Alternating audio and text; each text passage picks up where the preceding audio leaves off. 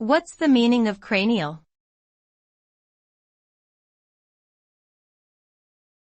Cranial.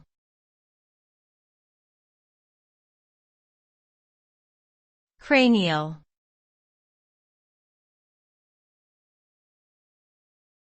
Cranial.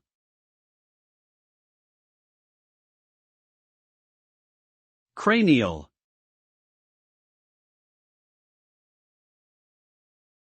The term cranial refers to the skull or cranium, which is the bony structure that encloses and protects the brain. It can also refer to anything related to the head or skull. The word is used in medical and anatomical contexts, as well as in everyday language.